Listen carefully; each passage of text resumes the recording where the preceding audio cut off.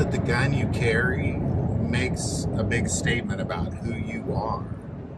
And I believe that it's very important that those statements be made. Now, before I get into why, I do want to take a moment and thank Victory Chrysler Dodge Jeep Ram for not only supporting our channel, but being the hands and feet of Jesus Christ by taking much of their proceeds and having food shelters all over this country. They've built orphanages all over this world. They have battered women's shelters all over this country.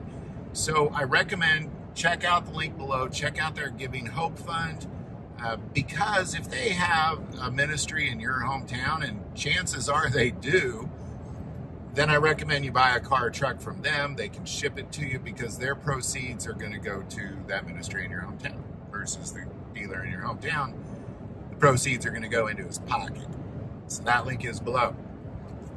So what am I talking about here? Well, again, I strongly believe that the gun you carry says a major statement about you, and here's why. It is very true, and I'm sure most of you will agree, that when you go shopping for a gun, you're looking for dependability, accuracy, certain calibers. How big is it? How little is it? How concealable is it? We're all looking for those things. However, I also believe that there's a major aspect of our choice based off of what that gun looks like. And our choices in choosing a gun based off of what they look like says a lot about us. And you have to, I'm going to be real honest. When I go into a gun store and I look, I like the things that appeal to my eye. And I believe most of us are that way. We are. Now, obviously, if it's not dependable or not reliable or not accurate, it doesn't matter what it looks like. So I'm not saying that's the end-all be-all. What I'm saying is that we definitely choose, once those other things are determined, we base it off of what it looks like. And that says a lot about who we are. And that's very important that we embrace that as well. Because what that does is it really kind of encourages a lifestyle of carrying firearms versus a necessity of carrying firearms. So let's give me an example. Let me give you an example here real quick. If I told you that I was carrying a 1911 right now, you would kind of make some assumptions about who I am.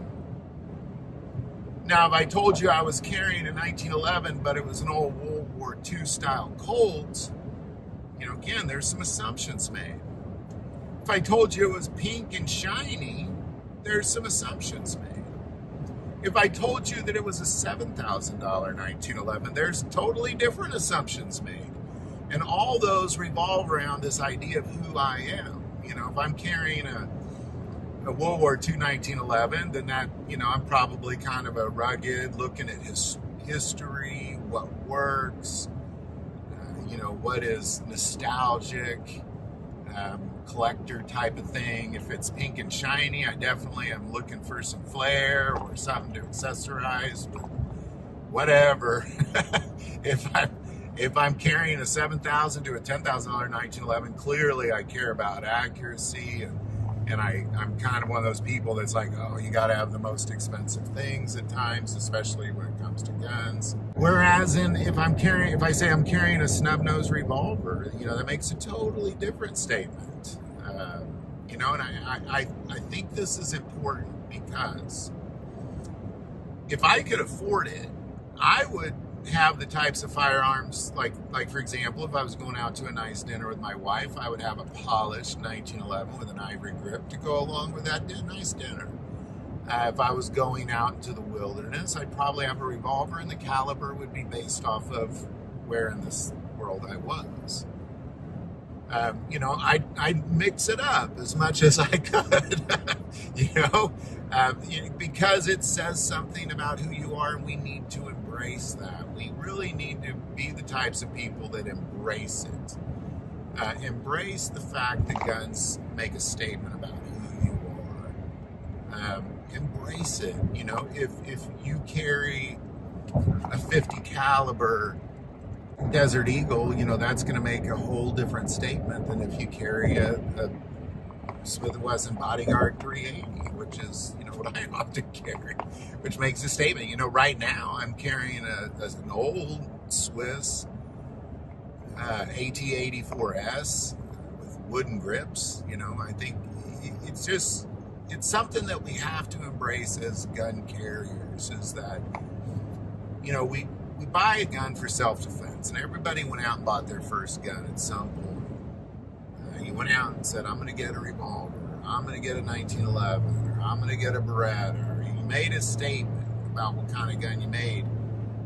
But I think it's important that we continue to practice that in firearm ownership, is this idea, you know, as you get older, make changes, make shifts about who you are as you move and travel to different parts of the country, make changes and shifts about who you are in that firearm you carry. I think it's important to do that, because I say that mostly because a majority of the concealed carriers I know own like one gun, and it's very practical. And oftentimes that first gun really does not make much of a statement. It's just something practical, like somebody recommended this, so I got that. Well, we have to, I mean, you don't have to, that'll definitely serve its purpose, don't get me wrong. But you should, you know, you want to really embrace gun ownership, you start to go beyond that, and you move beyond that sort of thing. And that's really that place where you become more of a gun collector. You start to see guns as tools, and they're, you know, like kind of like I said, going out to a nice dinner, I need a different tool than I need if I'm walking through, you know, the mountains of Alaska. Two totally different tools.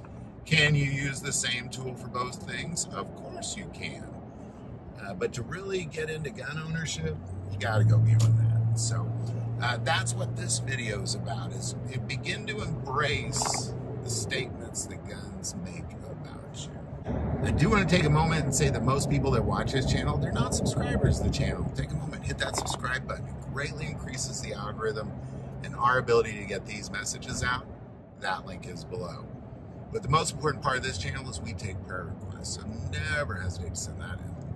Thank you for watching this episode of God, Family, Guns. And as always, love God, love your family, love guns.